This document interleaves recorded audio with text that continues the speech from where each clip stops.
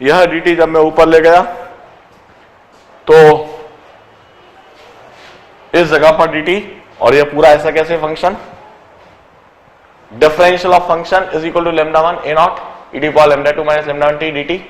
अब मैंने दोनों तरफ इंटीग्रेट करा, दोनों तरफ जब इंटीग्रेट करा तो इधर dt का इंटीग्रेशन है इसलिए टाइम 0, और टाइम इक्वल टू 0 पर देखिए अब ये क्या है खास बात, this is dx, this complete जो ब्रैकेट में लिखा हुआ है dx, integral of dx is x, तो इसका इंटीग्रेशन होकर x आएगा। तो मुझे इस फंक्शन की वैल्यू 0 टाइम पर सोचनी है। 0 टाइम पर e to power lambda t तो हो जाएगा 1, मगर b की वैल्यू 0 है, सो 0 इंटू 1 होएगा, 0 इंटू 1 इज 0, तो 0 टाइम पर इस फंक्शन की वैल्यू 0 है, और t टाइम पर इस फंक्शन की वैल्यू जो फंक्शन है वही का वही x।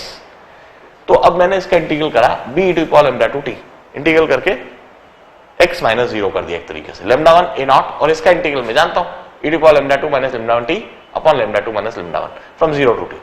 अब इधर लिमिट सब्स्टिट्यूट करा, पहले अपर लिमिट t सब्स्टिट्यूट करा, फिर lower limit t equal to 0 करेंगे तो 1 हो जाएगा ये, और इस तरह से मैं b के लिए एक्सप्रेशन देखने लगा है।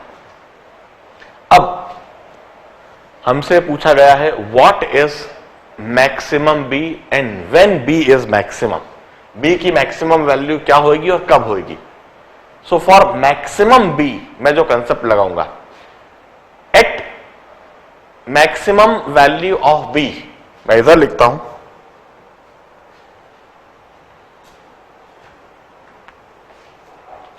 Eight max b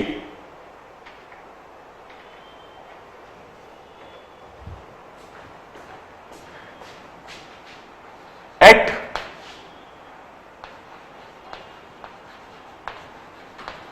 maximum b dv by dt is 0। यह एप्लीकेशन ऑफ डेरिवेटिव का कंसेप्ट है, dv by dt 0 होगा, और उस टाइम को t equal to T nought कह देता हूं मैं, उस टाइम को t equal to T nought कह देता हूं। At that time t would be equal to t naught at maximum b। अब dv by dt 0, एक तो इधर मैं dv by dt 0 करूंगा, और उस समय पर dv by dt जब 0 हो जाएगा, 0 is equal to lambda 1 some a dash, उस समय पर a की वैल्यू a डैश जो भी कुछ है, या इधर मैं dv by dt 0 कर देता हूं, और so that t equal to T not, और इस जगह पर जब डी बाई डी टी 0 कर दिया तो b मैक्स की वैल्यू आ जाएगी lambda 1 upon lambda 2 into A dash. इस समय पर a is equal to A dash, A dash कुछ उस समय पर t equal to T nought पर जो a है वो a डैश लिख दिया मैंने, और वो निकालना है मुझको। तो पहले मैं व्हेन b इज मैक्सिमम के लिए इस एक्सप्रेशन को dv बाई dt 0 करता हूं। फॉर मैक्सिमम b के लिए मैं dv by dt 0 is equal to minus of lambda 1 e to the power minus of lambda 1 t nought plus lambda 2 e to the power minus of lambda 2 t nought. मैं यह लिख सकता हूं at maximum b, differentiate करा dv by dt से 0 करा, ये constant है कोई मतलब नहीं, ब्रैकेट के अंदर जो डिफरेंशियल है 0 होना चाहिए, इसका differential minus of lambda 1 e to power lambda 1 T nought, T की वैल्यू टी नॉट रख दी, और इधर माइनस माइनस प्लस हो जाएगा, plus lambda 2 e to power lambda 2 T not, और इस तरह से यह हो गया lambda 1 e to power minus of lambda 1 T not is equal to lambda 2 e to power minus of lambda 2 T not. और इस तरीके से दिखने लगा lambda 1 upon lambda 2, lambda 1 upon lambda 2 is equal to e to power lambda 1 minus lambda 2 into t not, और that t not is equal to 1 upon lambda 1 minus lambda 2 ln of lambda 1 by lambda 2। At this time b is maximum, b की maximum value इस time पर होगी, b की maximum value इस time पर है। अब इस समय पर a की वैल्यू कितनी है, a डैश लिखा जा सकता है इस टाइम पर. At this time a dash is given by this, a dash is equal to a nought e to the power minus of lambda 1 by lambda 1 minus lambda 2 ln of lambda 1 by lambda 2. इधर मैं इसको power में ले जाता हूं, a dash is a nought e to the power ln of anything is, so this would become lambda 1 by lambda 2 into lambda 1 minus of lambda 1 by lambda 1 minus lambda 2. यह a dash हो जाएगा.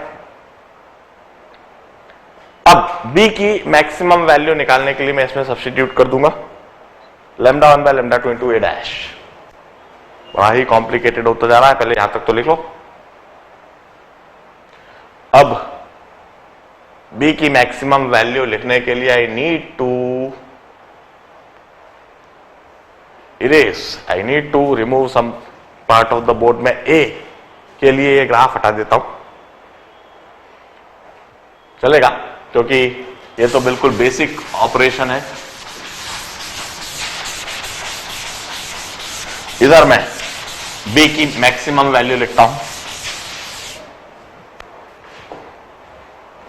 Maximum value of b is lambda 1 by lambda 2 into a dash, और a dash की value मैंने निकाल दी है.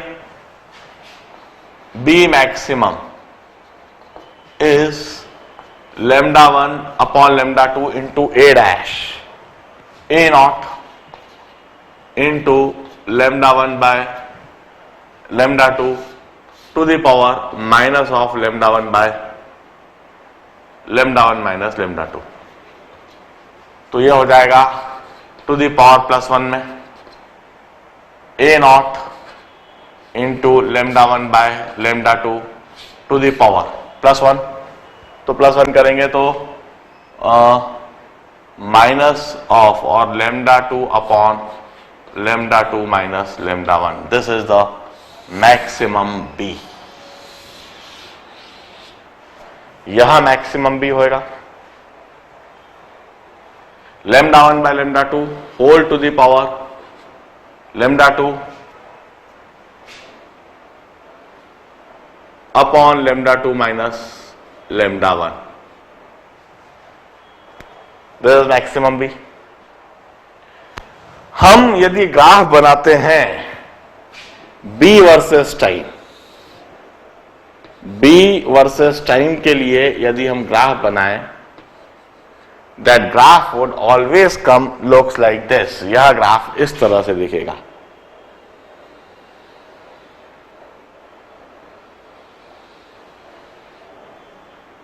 इस time पर this time would be t not, इस टाइम पर b की मैक्सिमम वैल्यू होगी and this is b max. यह b मैक्स होएगा.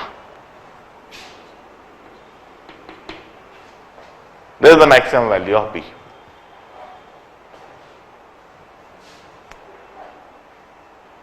और यही बात हमसे पूछी गई थी. बड़े ध्यान से इन सब चीजों को समझे. बोर्ड पर इतना अधिक बार लिखा और साफ करा गया है कि कई बार तो आप पैरेलली नोट डाउन करेंगे तो ही समझ में आएगा. मैं यहां तक समझा चुका था, मैं दोबारा आगे समझाता हूं. ये डिफरेंशियल इक्वेशन यहां तक समझ में आ चुकी थी. इसके बाद मैंने यह फंक्शन लिया. इस फंक्शन को हमने ऑपरेट करके इधर सब्स्टिट्यूशन के लिए हमने फंक्शन देख लिया. उस फंक्शन को लिखा, a की जगह a की वैल्यू सब्स्टिट्यूट करी, D by D T plus lambda 2b इसकी वैल्यू सब्स्टिट्यूट करी. इसको इधर ले जाके इंटीग्रेट करा. इंटीग्रेट करके b लिखना आ चुका था. हमें b के लिए यह फंक्शन हमने लिख दिया था. अब यह जो b है वेरिएबल विद टाइम है. ये जो b का वेरिएशन विद टाइम है, इसके लिए ग्राफ कुछ ऐसा दिखेगा. पहले b समय के साथ बढ़ेगा, बढ़ते हुए b की मैक्सिमम वैल्यू होगी और मैक्सिमम होने के बाद में फिर वापस कम होने लगेगी इनफाइनाइट टाइम के बाद. फिर इसको जीरो होना है क्योंकि सारा b फिर c में कन्वर्ट हो जाना है. अब हमसे पूछा गया किस समय पर यह b मैक्सिमम होएगा और b की मैक्सिमम वैल्यू क्या होगी. तो इधर मैंने लॉजिक लिखा, एट मैक्सिमम बी, जब भी बी मैक्सिमम होएगा तो डीबी बाई डी की वैल्यू 0 हो जानी चाहिए। जब भी बी मैक्सिमम होएगा, ये एप्लीकेशन ऑफ डेरिवेटिव का कंसेप्ट है कि कोई सी भी क्वांटिटी जब मैक्सिमम होती है तो उसका डीबी बाई डी 0 हो जाता है, उसका डी बाई डी 0 हो जाता है। ये मैंने कहा डी बाई डी 0, और उस समय को हम उस समय को एक कोई पर्टिकुलर टाइम टी नॉट लिख देते हैं। That time let us say it's equal to T nought, ये टी नॉट की वैल्यू हमें निकालनी है। और उस समय पर जो बी मैक्स होएगा वो बी मैक्स हम इधर से लिख सकते हैं। डीबी बाई डी इधर हमने 0 कह दिया, डीबी बाई डी इधर 0 कह दिया, और जब डीबी बाई डी 0 हुआ तो बी की जगह बी मैक्स, लेमडा 2 नीचे आ गया, लेमडा 1 अपॉन लेमडा 2, और ए की वैल्यू ए डैश, कुछ सर्टन ए की वैल्यू ए डैश उस समय पर होगी। अब हमें वह समय निकालना है कब बी मैक्सिमम होएगा, और ये मैक्सिमम बी की वैल्यू निकालनी है। इसके लिए हमने डीबी बाई डी इस एक्सप्रेशन को डिफरेंशिएट कर दिया और इसके डीबी बाई डी को 0 से इक्वेट कर दिया। डीबी बाई डी 0 और ये तो कांस्टेंट है, तो इसे डिफरेंशिएट, ये तो कांस्टेंट बाहर ही रहेगा और 0 के साथ में खत्म हो जाएगा। e to the power lambda 1 t को डिफरेंशिएट करा, e to the power minus lambda 2 t को डिफरेंशिएट करा, और this plus this equal to 0। अब इसे मैं इधर ले गया, इसे मैंने रीअरेंज करा और इसे नेचुरल लॉग दोनों साइड ले लिया, तो मुझे टी नॉट आ गया। इस समय पर this at this T not, इसे डिफरेंशिएट करके जो टाइम है उसको टी नॉट लिखा, क्योंकि इसे डिफरेंशिएट करके मैंने उसको इक्वेट 0 से कर दिया, मींस उस समय पर बी मैक्सिमम है, उस समय पर टाइम टी नॉट है, तो ये टाइम टी नॉट हो गया। इस तरह से मुझे टी नॉट की वैल्यू आ गई। This is that time, this is that instant when B is maximum. ये जो बी मैक्सिमम है इस समय पर टी नॉट पर है। This is the time at which B is maximum, और वह मैंने इक्वेशन निकाल ली। अब इस समय पर ए डैश की क्या वैल्यू है, इसके लिए मैंने यह जो ए के लिए एक्सप्रेशन लिखा था मैंने, A equal to A not e to power minus of lambda 1 t, तो उस ए की जगह ए डैश लिखा is equal to A not e to the power minus of lambda 1 और ये टी की वैल्यू। और अब इसे मैथमेटिकली सॉल्व करना है। पहले ये जो लॉन के बाहर क्वांटिटी है इसको ऊपर ले गया। Now e to the power ln x, e to the power ln x is always x, e to the power ln x is always equal to x. मैंने वहां फंडा इस्तेमाल करा, e to the power ln x is equal to x कर दिया और यह लिख दिया। इस तरह से ए डैश की वैल्यू आ गई। अब मैंने मैक्सिमम बी निकालने के लिए इधर सब्स्टिट्यूट करा, B max equal to lambda 1 by lambda 2 A dash, lambda 1 by lambda 2 और ए डैश की जगह यह पूरा एक्सप्रेशन, और इसे सॉल्व कर लिया, सिंप्लीफाई कर दिया। लैम्डा 1 बाय लैम्डा 2 इधर भी है, lambda 1 by lambda 2 to the power minus of lambda 1 upon lambda 1 minus lambda 2, तो यह हो जाएगा 1 plus minus of lambda 1 by lambda 1 minus lambda 2। इसे सॉल्व कर लिया और मुझे ये एक्सप्रेशन दिखने लगा, this is the maximum B.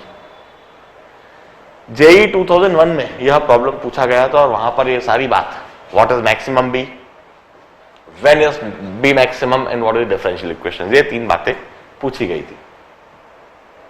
अब what is C at any time, किसी भी समय पर सी क्या होगा। किसी भी समय पर सी लिखने के लिए what I will do is, मैं वही लॉजिक लगाऊंगा, initial A minus remaining A minus remaining B would be C. मैं उसे लिख देता हूं, इस जगह पर लिख देता हूं,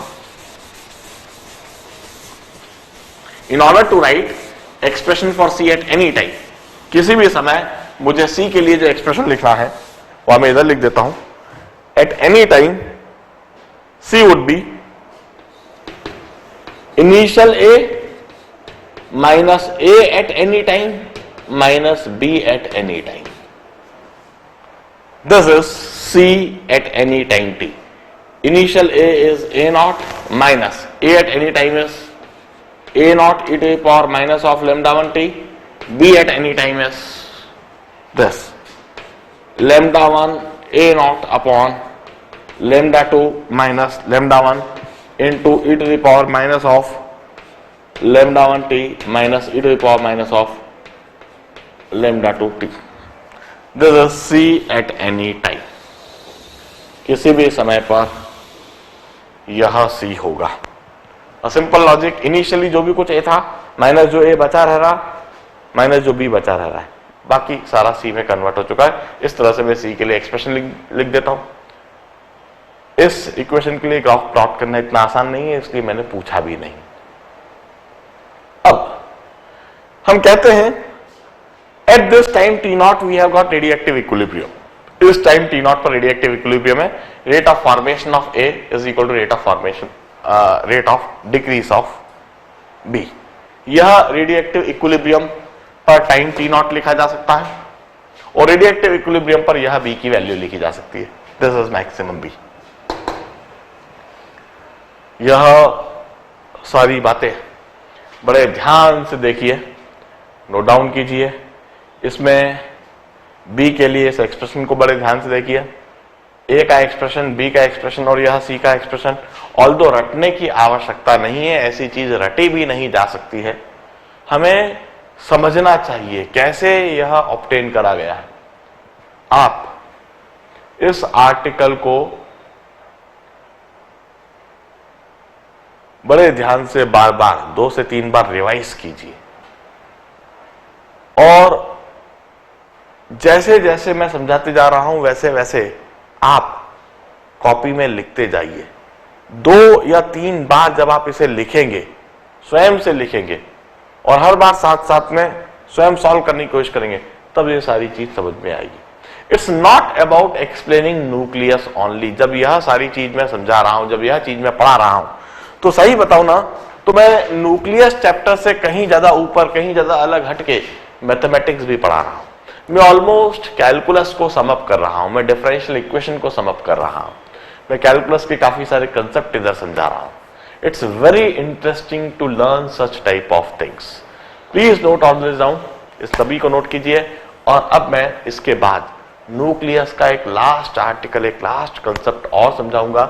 इसी के साथ न्यूक्लियस की थ्योरी पूरी तरह से फिनिश हो जाएगी। फिर न्यूक्लियस में कराने के लिए, थ्योरी पोर्शन में कराने के लिए कुछ नहीं रह जाएगा। अगले लेक्चर में मैं सिर्फ आपके कुछ डाउट्स जो ऑब्जेक्टिव और कॉम्प्रिहेंशन से डाउट्स हैं उन्हें सॉल्व करूंगा और इस चैप्टर को पूरी तरह से फिनिश डिक्लेयर करूंगा। Please note it down and be ready for my next article. चलिए अब हम न्यूक्लियस चैप्टर की थ्योरी को पूरा फिनिश करते हैं। इनफैक्ट ये जो लास्ट आर्टिकल में मैं बता रहा हूं यह न्यूक्लियस चैप्टर का तो नहीं है, फिर भी मैंने थ्योरी समझाते समय फर्स्ट ऑर्डर प्रोसेस के लिए, न्यूक्लियर डीके के लिए एवरेज लाइफ टर्म इंट्रोड्यूस करा था और वह जो एवरेज लाइफ है, average life of any radioactive sample, इसकी डेफिनेशन मैंने यह लिखी थी, integral of TdN upon integral of DN, where n goes from n0 to 0, और इसे मैंने फाइनली एक्सप्रेस करा था 1/λ। यह एवरेज लाइफ किसी भी रेडियोएक्टिव सैंपल के लिए लिखा था। और मेरा लास्ट आर्टिकल, लास्ट सवाल आप लोगों से बस यही है, प्रूव इट। इसे प्रूव कीजिए कि किसी भी रेडियोएक्टिव सैंपल के लिए यह एवरेज लाइफ होती है। सबसे पहले तो इस एक्सप्रेशन को कैसे लिखा गया है यह समझेंगे और फिर प्रूव करेंगे कि यह 1/λ के बराबर है। यदि यह चीज हम लिख सके, मैं फिर वापस बता दूं, न्यूक्लियस का पार्ट नहीं, ये तो कैलकुलस, मैथमेटिक्स का पार्ट है, स्टैटिस्टिक्स में आता है ये चीज। पर चूंकि ये आई है, हम लोगों ने लिखी है, हम जब भी एवरेज लाइफ पूछी जाती है तो एकदम से 1/λ कर देते हैं, तो इसे हम प्रूव करते हैं। ये हम एक तरीके से कैलकुलस भी सीख रहे हैं इधर। पहले 4-5 मिनट का आप समय दे दो, फिर मैं समझाना चालू करता हूं। Come on, let me start explaining. देखिए, at t equal to 0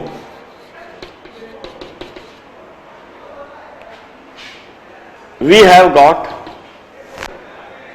number of radioactive nuclei equal to n0, and after any time t, at t time number of radioactive nuclei is n, and that is less than n naught.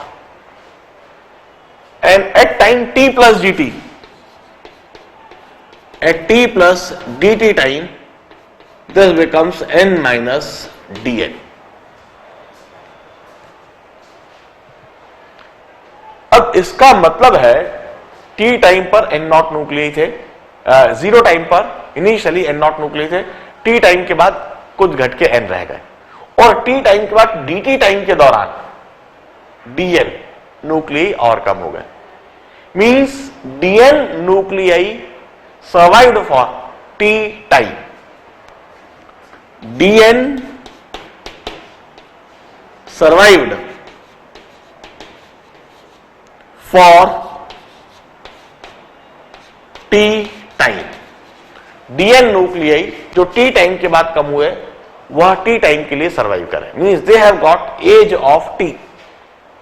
अब total किसी का भी हम average कैसे निकालते हैं? Average निकालने के लिए हम सभी न्यूक्लियई की टोटल एज ऐड करते हैं, divided by total number of nuclei. तो वही काम इधर करा हुआ है. T is the life of dn nuclei. T is the life of dn nuclei. तो सभी न्यूक्लियई की जो लाइफ होगी that is n not to n, it's integration from n not to n.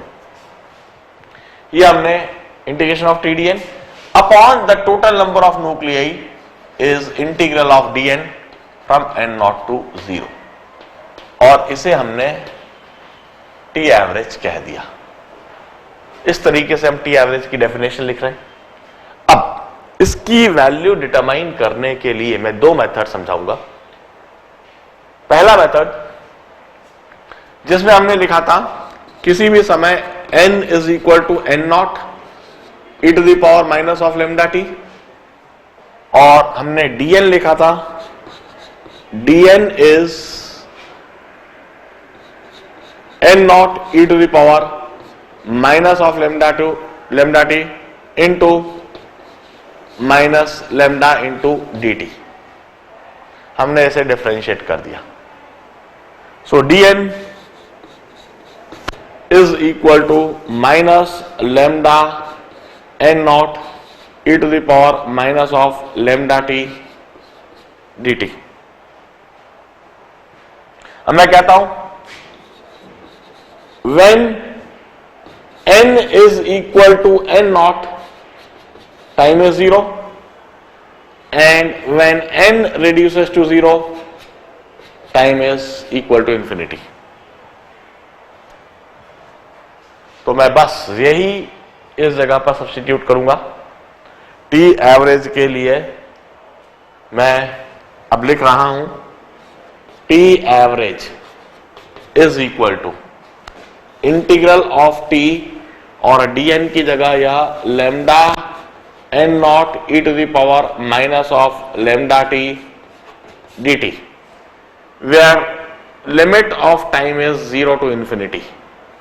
Time की जो लिमिट लिखी जाएगी 0 टू इंफिनिटी, और integral of dn is n and its limit is from n not to 0. तो t average के लिए अब मैं जो फाइनली रिलेशनशिप लिखूंगा, t average is lambda n naught बाहर आ जाएगा, integral of t e to the power minus lambda t d t from 0 to infinity, और इधर होगा 0 माइनस एन नॉट. इधर भी minus sign,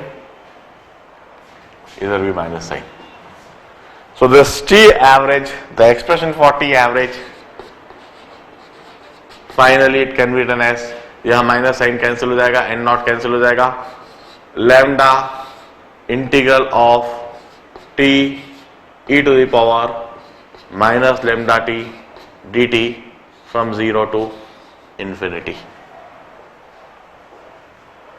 One can write this expression और अब हमें इसे सॉल्व करना है. In order to solve this we need to apply the concept of integration by parts. Integration by parts से इसी समय सॉल्व करके मुझे यह एक्सप्रेशन बताइए. Please do it. Integration by part से जो सॉल्व करने पर you will get t e to the power minus lambda t by lambda square lambda minus e to the power minus lambda t by lambda square. भाई मैंने देखा कोई बहुत ज्यादा इसको सॉल्व नहीं कर पाए, कुछ एक दो ने ही जवाब दिया. मैंने बड़े ध्यान से देखा.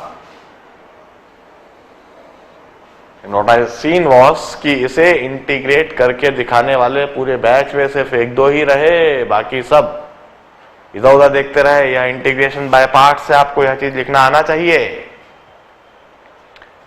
अब हम लिमिट्स सब्स्टिट्यूट कर देते हैं. इधर एक लैम्डा इस तरह से कैंसिल हो जाएगा and I write it like this: t e to the power minus lambda t minus e to the power minus lambda t upon lambda.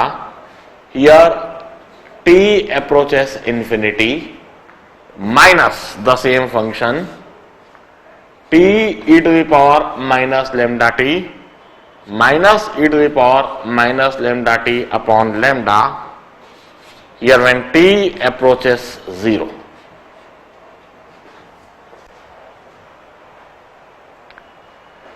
Integration by part से इंटीग्रेट करके upper limit t approaches infinity, lower limit t approaches 0. अब L hospital rule से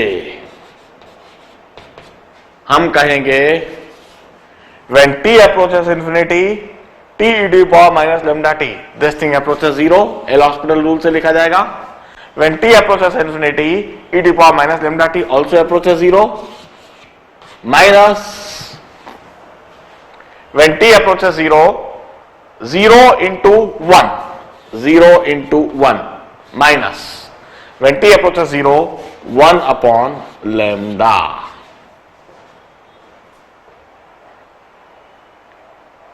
यह 0 minus 0 into 1 minus 1 by lambda. And we conclude t average is 1 upon lambda. This is one of the method to solve this. यह एक method है. In fact, we can write one more method. इसी तरह से integration में एक और method लिखा जा सकता था, तो एक मेथड बताया है. मैं एक और मेथड इधर ही लिख देता हूं. उसमें इधर हमने t e to the power minus lambda t का इंटीग्रेशन करा है. उसमें हम लॉग का इंटीग्रेशन करेंगे. हम अच्छी तरह से जानते हैं t is equal to this method to t is equal to 1 by lambda ln of n naught by n. यह चीज हम जानते हैं. तो हम इस t को इधर सब्स्टिट्यूट कर देंगे. t एवरेज की डेफिनेशन में integration of TDN 1 by lambda ln of n naught by n into dn from n naught to 0 और डिनोमिनेटर में माइनस n naught. डिनोमिनेटर में कोई खास समस्या है नहीं. Integral of dn is n और 0 माइनस n naught, तो माइनस n naught हो जाएगा. और इस तरीके से यह एक्सप्रेशन फिर हमको ऐसे देखने लगेगा. t average is equal to, यह 1 बाय लेमडा बाहर आ जाएगा और 1 by lambda n naught integral of ln of n by n naught dn where n goes from n0 to 0. इसे भी यदि आप इंटीग्रेट करोगे you will get the same answer. आपको आंसर यह का यही आएगा. आप इंटीग्रेट करके चेक करके वेरीफाई कर सकते हैं. It's simply the knowledge of definite and indefinite integration. And with that I declare the finish of this chapter, the nucleus. The nucleus chapter में मैंने थ्योरी बिल्कुल अल्टीमेट लेवल तक जाकर सिखा दी है. कोई सा भी एग्जामिनेशन हो, it may be IIT JEE mains, it may be IIT JEE advance और it may be any olympiads, यदि इस टॉपिक पर से कोई भी सवाल पूछा जाता है, आप उसको समझने में, उसको क्रैक करने में, उसमें लॉजिक डेवलप करने में आप सफल होंगे यदि आपने सारी सारी बातें बहुत अच्छी तरह से सीख रखी है. थ्योरी पोर्शन मैंने फिनिश करवा दिया है. एक एक घंटे के 2 डाउट डिस्कशन सेशन भी करा दिए हैं. कल के दिन मैंने आपको problem for practice basic level समझा दिया था और आज मैंने 1 घंटे का problem for practice advance level के भी. कल भी मैंने 7-8 सवाल डिस्कस कराए थे, आज भी कुछ 8-10 सवाल डिस्कस कराए. कुल मिला के 17-18 सवाल तो अभी तक मैं डिस्कस करा ही चुका हूं. अभी मेरे पास समय है, क्यों ना मैं आज ही आपके कुछ ऑब्जेक्टिव के डाउट्स भी ले लूं और उन्हें डिस्कस करवा दूं. Since I have got time of half an hour, मेरे पास शायद आधे घंटे का समय है, मैं आज ही आपके कुछ और ऑब्जेक्टिव के डाउट्स देता हूं. जिन्हें नहीं करे सॉरी विथ यू, जिनने करे हैं और जिनके डाउट्स हैं वो प्लीज इसी समय मुझको और अपने डाउट्स बता दीजिए. कुछ 4-5 ऑब्जेक्टिव में अभी डिस्कस करवा देता हूं और फिर बाकी के मेरे अगले लेक्चर में कराऊंगा या फिनिश करवाऊंगा.